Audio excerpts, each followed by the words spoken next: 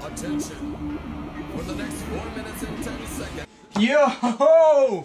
What up, mother pluckers? Welcome back to another episode of Night Trap Podcast. This is a pop trap, baby, and when it's a pop trap, you know who's gonna be here. My friend. My dude! What up, Sucio? What up, baby? This is Sucio, aka Cerberus, aka Thought Boy Supreme, aka Lesbian Wolverine, aka Kobika-chan, aka ex-boyfriend of everybody's mom. And today, he's Theodore Roosevelt. Fucking Theodore Logan Kennedy Roosevelt Jr.com/org. No, what's his last name though? It's like the Theodore name of a Logan. guitar or It's some Theodore shit. Logan and Bill Esquire. The third. That's right, the third. So, before anything, I want to get away all because obviously we're gonna talk about Bill and Ted Face the Music, Part 3. which is part 3. Mm-hmm. But I wanted to say, well, we'll talk about my favorite quote anyways. It's not from this movie; it's from the past movies. But before anything, with all this shit, remember to be excellent to each other. Party on, dude. Hell yeah, bitch! I wish they did the hell yeah, bitch. But now they're wholesome. Of course. So anyway, Except when they go to jail. But we're gonna talk about that right now. this movie has been fucking announced, denounced, has been through the ringer. In the making, since been before we were born. Yeah, everybody has been talking. Now Keanu Reeves, all he has to do is a true sequel to Speed. Oh.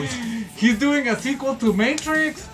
He's doing a sequel. John Wick 4, 5, John and Wick 6. 4, It's 5, and already 6. announced. 7, 8, 9, and So- that fool is gonna keep being John Wick until he's in a fucking wheelchair. Renaissance man Keanu actually was very instrumental to bringing this film. And, you know, starting off by saying this, I personally was very excited for this film. Me too, bro. I really wanted to see it. I hope the best for it. And after seeing it, Wait, don't get that's cutting me out. Alright. Not yet, bro, not yet. Before, shout out to 8-Bit Zombie. I know he re-released. Go to 8bitzombie.com because you can order this again. It's fucking cool as shit. It has, Yeah, that's a badass it has Bill and Ted right there, and it has Wall Stallion. But, I wish my big ass monkey head could actually fit in. It's I would fucking actually badass. wear that one. but, I want to talk about the other movies first. Okay. We all love them. Mm-hmm. We all they're fucking classics by now. The first movie went through the fucking ringer too, because nobody wanted it. Nobody wanted to pick it up. Nobody wanted to release it because they did it independently. Nobody wanted George Carlin to not say bad words. And you can fucking tell that they made it independently because it's shitty, but it's a cool fucking movie and it's for the family. And my daughter loves it. And the first one is Bogus Journey, right? So No, Bogus Journey is number 2. okay, Bogus Journey is number 2. Yes. Yeah, that's right. Excellent Adventure, number 1, which they go through time to do a fucking report, a history report. They gotta do a history report if they want to pass class, brother. And they just go and like pick up historical figures. Well, Rufus comes out of the sky in a phone booth that kids nowadays don't even know what the hell that is. Yeah, it's fucking crazy. And you know, let's be honest. You know, I stopped seeing phone booths back in 1995, so I was maybe like 10 when that shit started going down. Has there Whatever. even been phone booths in El Paso? I feel like I've never seen a phone booth in El Paso. I feel like Superman was the one that made him famous. Mm-hmm. And then I guess like our generation was Bill and Ted. We were the ones that tagged it up and fucking put all this like for a good time. Call 555. Because I even thought, who the fuck needs privacy? Like nowadays, everybody's just talking on their phone like nothing. Like, yeah, I have words, bitch, whatever. Yeah. But it wasn't. Oh, you the want to booth pick wasn't up? for privacy. It was for privacy. Well, no, it was so that the sound from the outside. You're That's right. why they're like in New York and shit. And I was like, oh, okay, that makes sense. But you gotta remember, those are like shitty those are shitty like little lines like underground like. Because we didn't have booth. We had the regular phone that was on the wall or whatever. And we would go like this inside of it. Ama! Mama! And they're like, Señor, ya acabó. Collect call from. Collecto. Please pick me up right now. No, we're gonna. Like, super fast. The fucking. Don't answer this shit. Just fucking pick me up. Mamá, estoy encerrado otra vez. So anyway, the phone booth Rufus. You were talking about the first one. Yeah, you know, these guys are fucking up their lives. They're obviously a bunch of, you know, kind of wastoids who aren't really doing anything. The special messenger from the sky that we always get for inspiration, whether it's biblical, whether it's, you know, the oldest of folklores comes out, imbues them with the journey of learning of historical past so they could actually do something and be, at some point, the greatest band of all time that unites people. So what do these guys do? They straight up go to the past and start fucking around and pick up some, you know, some princesses and Genghis Khan, Napoleon, Billy the Kid. Who else was it? Sigmund Freud. No, that's the second movie. Sorry. The one that everybody remembers is Napoleon because he's like a fucking weirdo, whatever. Which, to me, yeah, like when I was watching this movie, it kind of made me mad at the beginning. I know I was a kid, but because even in those points, it doesn't make sense that they're like fucking with the past and the future is still the same. You know, like whatever. Yeah, of course. Who cares? What you have to put all that shit into the side and whatever because it's not like that. You know, I think in that time era, obviously, it was Back to the Future came out in 1984, and this was right. Like I think this was 87. So you know, nobody really wanted to touch that movie because Back to the Future was so big at that point that everybody's like, you can't make a generic, you know, a super cool skater surfer guy movie. And what happened? They fucking made it, and it became just as much as a Paramount as Back to the Future. Yeah, Bill, but the thing is, moving on to the second movie because I mean, we all know about these movies, but some shitty Nintendo games came out. But moving to Bogus Journey, which I think perfected the fucking formula because it's probably one of my favorites. Well, yeah, I think the thing about Bogus Journey is that it has two abstract things. These dudes die and go to hell. And to heaven. And then they go to heaven and they're able to come back. And there was so many... And they recruit fucking death to be their bases, bro. What's up, guys? Which brings me to my favorite quote before I fucking forget it, dude. Is, You might be a king or a little street sweeper, but sooner or later you dance with the reaper. And he's got the little thing in the big fucking thing. But, you know, okay, this is a fun fact. And this is something I remember. And I'm trying to remember the movie exactly. I think it's called The Order 1957. That death that is obviously based on that famous character actor. I think his name is Bill something. He came out in fucking Demon Knight as the Demon Knight. But Billy Zane. No. That's the bad. That's the demon. Okay. The good guy is the Demon Knight. Whatever. But that gentleman played a character that was supposed to be from The Order, which was a 1957 film, where a legionnaire goes back to France and has a chess game with death. And he says, if you win, you're able to take off, and if you lose, I'm coming for you. So they both cheat. Death and the man cheat, and they spend the rest of the movie a silent film in black and white, very somber, very sad. But it's weird because that death is the inspiration for this death. Which is another point, though, that everybody thinks that this movie's like a dumbass, stupid movie, dude. And it's not. It's actually very fucking smart. Like, the jokes are very smart. The fucking the things that it has, it's like Dumb and Dumber, dude. Dumb and Dumber is about two fucking dumbasses, but the jokes are fucking smart, dude. You know, like they're not just like the Three Stooges just doing. Well, it's that Beavis and Butthead level where, you know, they're saying something very stupid, but if you're smart, you realize the underlying intention. Yep. And you know, the Bill and Ted is the same thing where they're like, oh fuck, bro, you sank my battleship. All of my subconscious fears are coming true in hell, brother. 3 out of 6? Yeah, and you're just like, oh shit, like, you know, like, yeah, you know, these guys realize that this is what's their problem.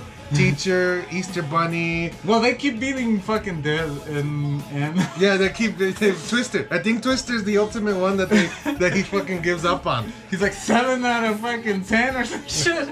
It's like, nah, man, let's just fucking give up. But you get into Bogus Adventure. Obviously, evil people from the future come, make Cyborg to kill them. Androids, sorry. Cyborgs and androids are two different things. Please don't fucking crucify me in the fucking comments. This is why I think it's better than Excellent Adventure, because Excellent Adventure had Rufus, you know, it had Napoleon, yeah, it had all these characters, but fucking Bogus Journey had Dead, it had Station, all the Station, it had the evil us's, it had so many fucking great things. Bro, this is not cool, bro. They fucking play basketball with their head and shit. But like it's so fucking cool, and it's cool to see also another thing that people don't appreciate.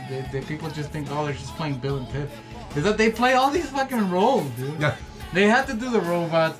They had to do, you know, the evil us's. They had to do like all this shit, like and in this new movie, they even have to play even more because they have to do a bunch of versions of them in the future, which is fucking cool, dude. I think you're very correct. A lot of people don't appreciate the fact that they did the prosthetics, did multiple roles of themselves or their us's, which is, you know, the evil counterparts, still doing future versions of future versions of future versions within tangents of tangents.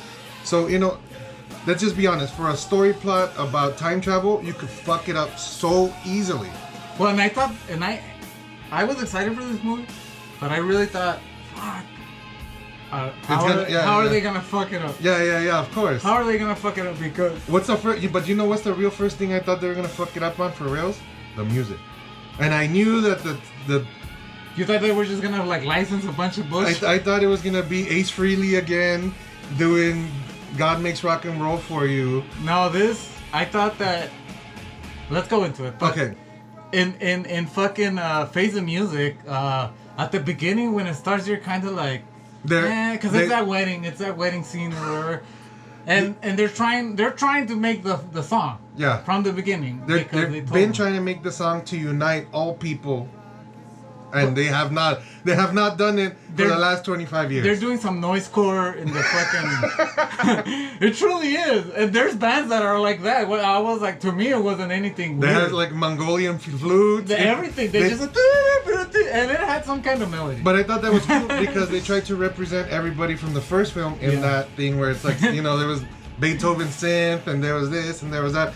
I thought those were really excellent touches. And a lot of the actors and the characters come back.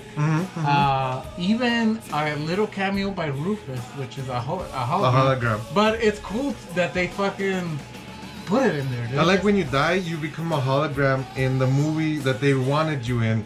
And Rufus got replaced by what's her name, Leslie, whatever she's now the daughter. The girl of the daughter of Bob's Burgers. The Louise with the one with the fucking bunny ears. With the weird voice. She comes out in a bunch of shit. I went into this film the same apprehensive. I really didn't want it to fuck up the formula. I was really sad. I started seeing the actors. The trailer wasn't good.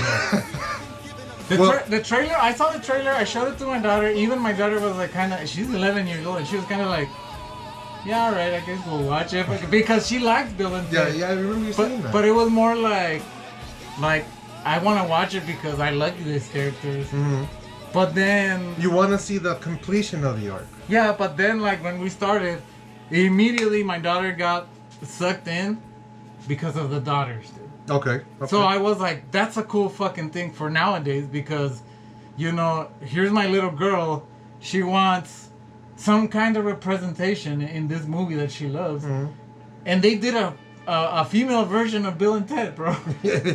A little bit smarter, though. I think they're smarter. They actually knew what the fuck they were talking about, and they didn't have to take a historical trip through time to learn about the history. Because the daughters are music aficionados. They love to sample. They are actually noisecore, real noisecore people who are trying to put their own version of a band together. They go on a separate journey, and they don't go over the top with their character. Like they don't overact. You're right. They're not like Alex Winters and that they're like always like, oh, like 40-year-old man. Oh, like they do that shit. But they don't know what we're doing. And you know what? I think this was always the funny thing about... Which a shout out is the girl from Atypical.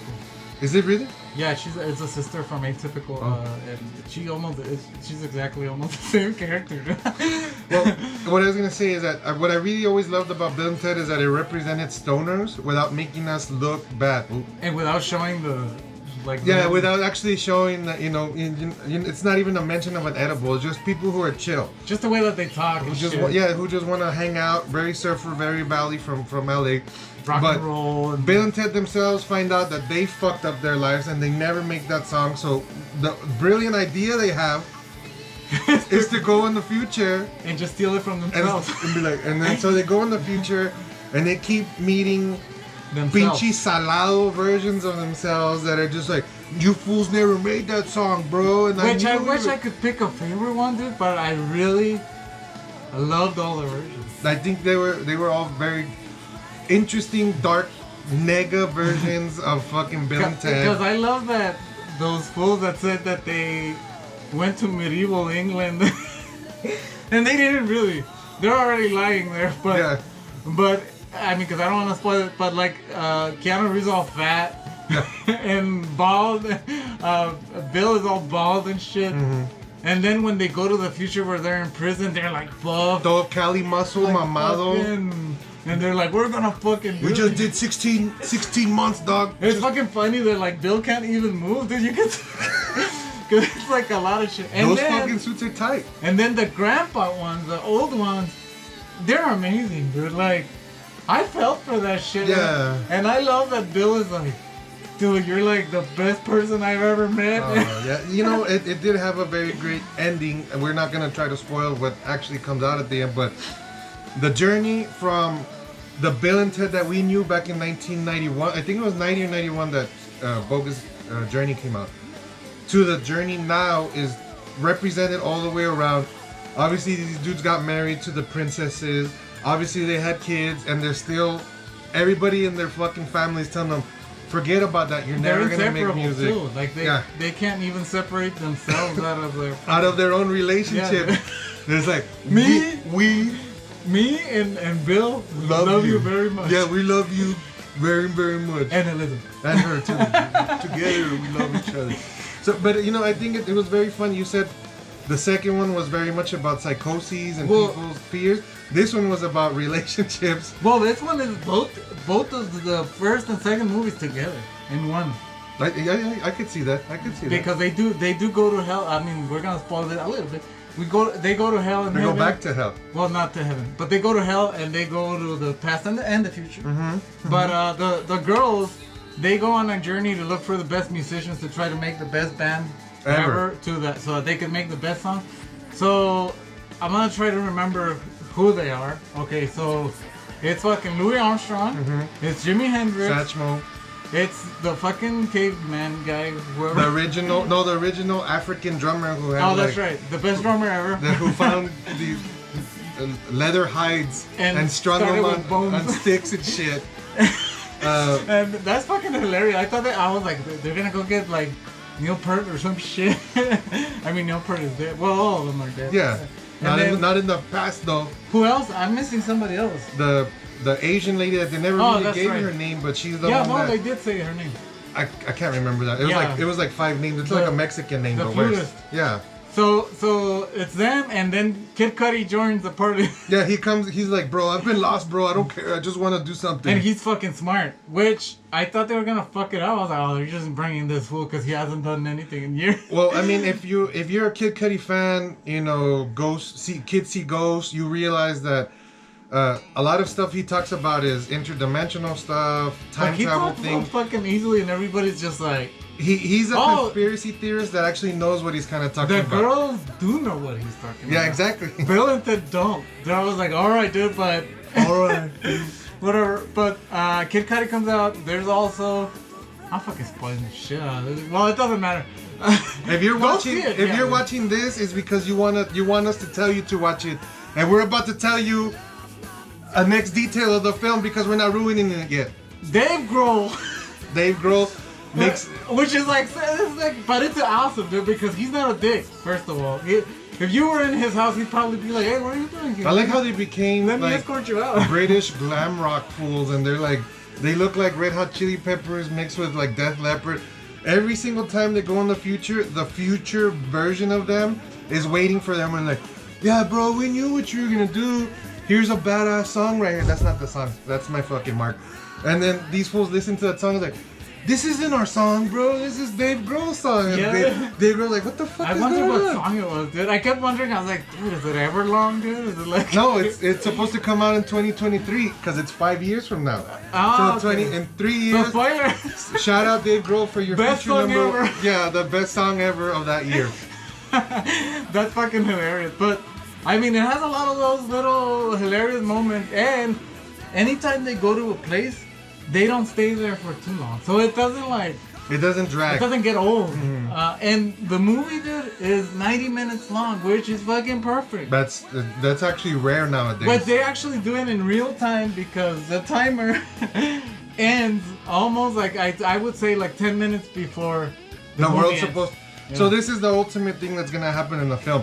If they do not come up with this song for people to come together, Reality and the whole existence. because they didn't do the song that makes people come and together. all the timelines and all the fucking things. So it's all stuck there, and everybody's supposed to connect on this one song. And thanks to the greatest band of all time, and Well, they go recruit Death again, which is one of the. they had a falling out because he had a 90-minute bass solo. And you know what? I know a lot of basses. We just saw Primus right there. Yeah, we were playing Primus, so yeah, I get bass solos that are like fucking 10 minutes long. So check it out though. But I love like that. Well, it's the same actor, but that he's like, so the restraint you fucking took away there. That's right. Is this too close for you? Is this too? He's fucking hilarious. Dude. Yeah, I love him. I fucking love him. He's I- like one of my favorite characters. Although A character actor, absolutely. Bill Although- Haberberg, I can't remember his name. the fuck, one Demon Knight. that almost took it, if it wasn't that he didn't have too much, was fucking Dennis, bro. Dennis, the fucking robot, was amazing. He was, he's fucking hilarious, dude. Dennis, what's his name? Dennis Taylor. The fuck? So they once again they send another robot to kill these fools, But he's a dumbass. but he's like, I have a name. It's Dennis. Dennis McCoy. Okay, let's go, Dennis McCoy. Dennis Caleb McCoy. That's the full name. Let's go, dude. he's like a very human. He looks like an Aphex Twin sex doll or something. When they're fucking beating the shit out of him, and he's and they're like, "You're a robot, get it together." yeah. And he's just there like, "Ow, ow." The whole prison jumps on him. So there's a lot of weird moments where you think that Bill and Ted are gonna, and obviously in Bill and Ted fashion, they're gonna sneak out of it very fucking coolly, but Dennis was fucking hilarious. I thought fucking Bob Burger's lady was gonna fucking ruin it with Nah, her she was overacting. good. She was actually good. And it's not a lot of her either. Like the little moments that she has. That's what are I cool. think. That was the perfect thing about this film, is that they knew, they were like, we're gonna keep it slick, baby. We're gonna come in, we're gonna hit all the marks, and we're gonna leave, and we're gonna give you a genuine Bill and Ted experience without having to reinvent the wheel or reinvent the fucking phone booth, whatever analogy you want to use. No, and it was awesome. I didn't like that egg that she uses now. But the thing is that I think they even knew that it didn't look as cool because they didn't use it that much. It was only like for a few. Yeah, here it and was. there. It wasn't a phone booth anymore. It was some Yeah, type it was like of. an egg or whatever. But they used it like maybe like twice or whatever because you never see it again. You just see them like arriving at places, but they never make it into like this is gonna be the new phone booth. Like, no, the phone booth is a fucking phone booth. Yeah, it's not a cell phone. If they would have come out and been like, "Oh, this is a time travel cell phone," I kind of would have been like, alright, whatever. You know? So to me, really, this movie with all the jokes, with the fast pace that it had, the girls. I would say the only bad part about this movie, which it's kind of a shame, are the princesses, because they truly made it like you guys are having relationship problems. You thought that they were gonna be more about like we have to fix it. Yeah. But in reality, they were just like, oh. Here you go, like, here are the princesses, and then at the end, we're back together. The princesses did serve as a carrot. They kind of put them, like, to the side, though. Like, just, like, go and find the good ones of us. Well, you know what I was reading was while I was looking up a little bit about this film is that probably 20 to 30 minutes of the princess's story was cut off. cut. Because they go into the past, they talk to themselves, they try to, they do self-searching as well, because they figure out maybe it was a little too much already. they figure out that Bill and Ted fucked up, so they're like, oh, what are we gonna do? Are we gonna stay with these guys or not? I'm not gonna ruin it for the ending, but I know for a fact, just because of the things I read, that a lot of the princess's storylines was cut. Maybe you're right, maybe it was too much, but we did want to see more. Also, shout out one of the reviewers that I watch on YouTube, Chris Tuckman. He has a shitload of followers, but shout out because he had a good point too with this movie, that we don't see movies like this anymore. Mm-hmm. We don't see movies about positivity anymore, because all comedies are always making fun. Shout out Chris Tuckman, because he's the one that said it. I'm not gonna take credit. That all comedies now are about how shitty life is. Things are, yeah. How shitty the world is. How shitty, like, oh, my relationship is shitty. Oh, this is shitty. And this is truly like an 80s, 90s fucking movie like that which is like, like Ninja Turtles, like all these fucking movies that were Ninja about... Turtles was considered an indie movie. Just a little tidbit. Shout out City Lokes if we're gonna do our shout outs right now. They did my little love so you like that? You got your glasses on? Anyways, but you're right. You're very right about that whole thing where positivity. we don't have fun films anymore. Every film has to be like if it's not a kids movie, a fart joke or a sex joke or a combination of things. Even or oh, my penis is small. That's funny, bro. Yeah, it's the whole Ghost World situation where self-deprecating. This guy goes up on stage and starts talking about how kill me, please. And it's cringy like, shit. We're supposed to fucking make fun. We're supposed to laugh at that. It's like we're not laughing at that. We're not laughing with that person. We're laughing at that character that person's trying to represent, instead of actually saying write something good. But because the cool thing about Bill and Ted is that I bet you that if they were a real people, and you go to them and you'd be like, you're just a fucking pussy, they'd be like, right on, bro. Those are very copacetic characters that aren't trying to fuck people up. They were given a mystical journey back in the day, and they're still trying to get on that. Commendations to them.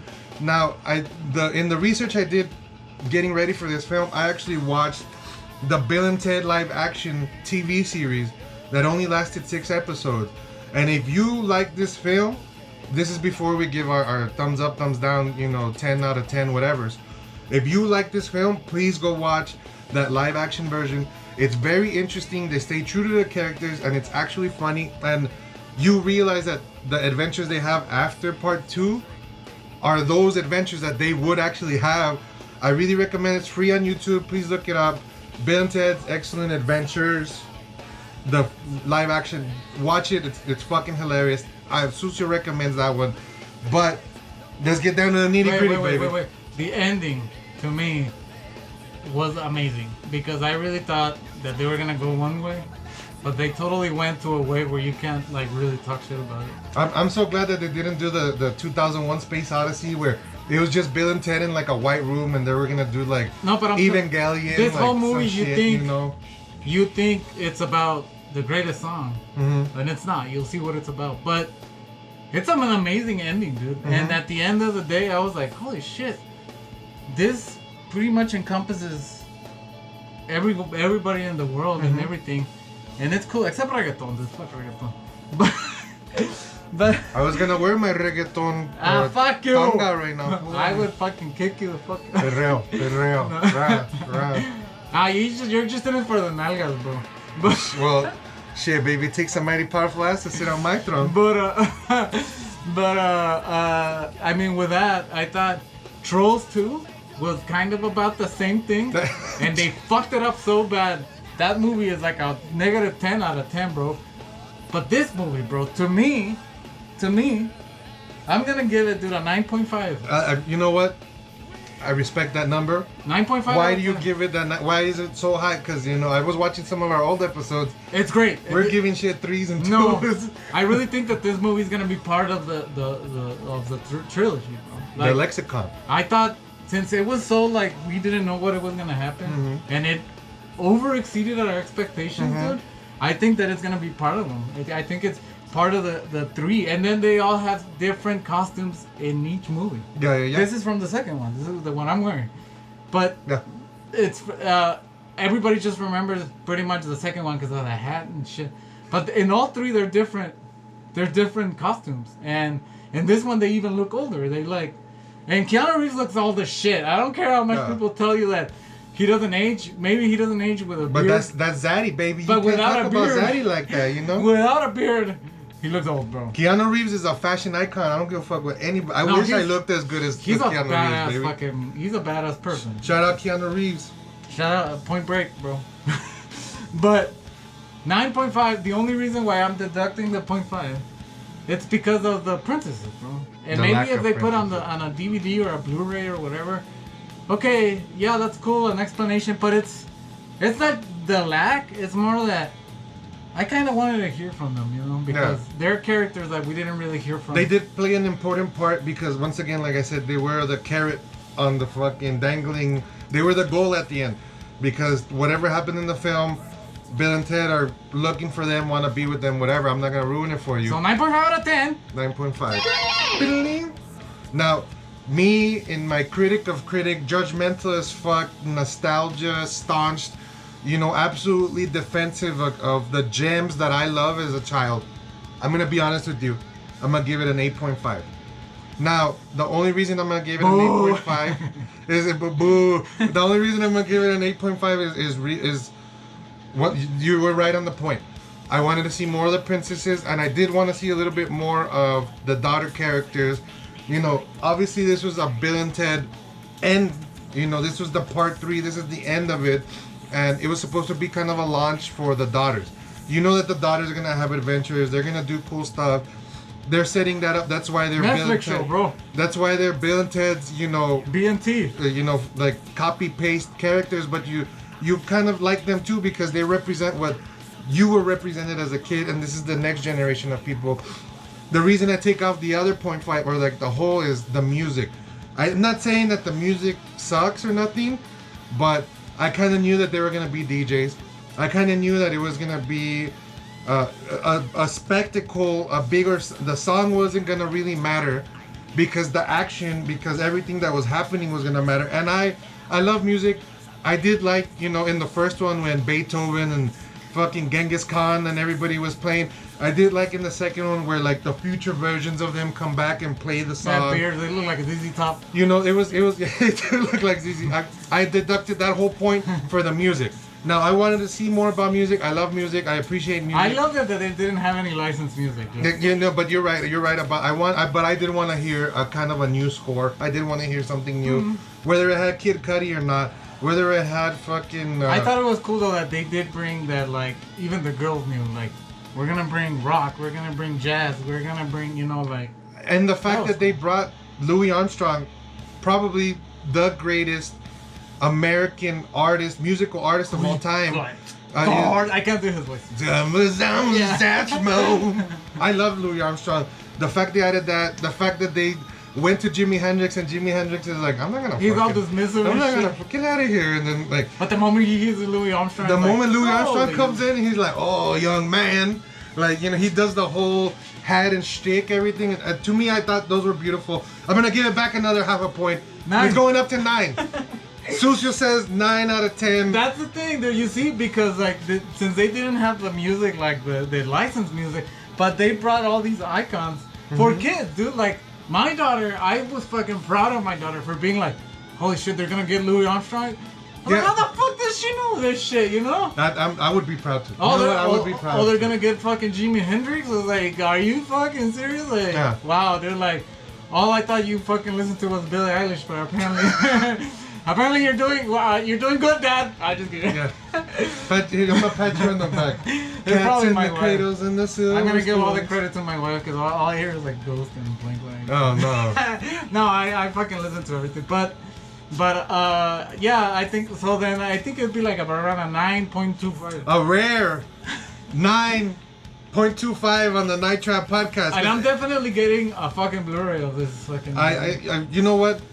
Watch it in the theaters. I had a great time. It was the first movie I saw when the theaters opened up again. Social distancing is crazy because basically you have a whole road to yourself. and you're just like, you know what? This is the way I wanted movies to always be. And go rent this fucking movie because they worked really hard on it for the pandemic to fuck it up. Yeah, self-produced. You know, these guys did their own thing. It's based, once again, it's another indie film that got off the ground thanks to Keanu Reeves and his power. Alex Winter, you know, I don't know if you ever saw Freaks, but, you know, go watch Freaks, please, if you like Alex Winter, because that's another very strange film that these guys have been making really weird avant-garde films that maybe we don't give a lot of credit to. Bill and Ted is definitely a time capsule. Face the Music is a great capping point to that trilogy. I'm glad we waited 20-something years to get the ending to it. We wouldn't have been able to do it otherwise. It's fucking awesome. So, I also thought that maybe they were gonna let fucking Keanu Reeves have his beard. But I like that it was probably Keanu Reeves' decision to be like, nah, man. Ted is Ted, bro. Ted doesn't have a beard, bro. Yeah. Hey, dudes. Oh, and I like that the girls are always like, where are the dads? Where are the dads? Yeah, they're all It's down. always dads. Because they're always together. So it's fucking amazing. So anyways, 9.25, I guess. The average between both of us, 9.5 and 9. And with that said, we're going to say goodbye. But we'll see you in the next episode. Remember, at Night Trap Podcast, I love Sucio. Remember to click subscribe. Fucking check that notification button. I know we're up every Thursday at 10. Yeah. But Halloween is coming up, and it's gonna be a doozy, and it's gonna be awesome. So we want it to be real spooky. We don't really even want to tell you the theme because we don't want nobody to steal it from us. But it's gonna get heavy. We want to go the other way. So stay sweet, don't change. Be excellent to each other. And party on, dudes. Night Trap Podcast, baby. Later, bitch.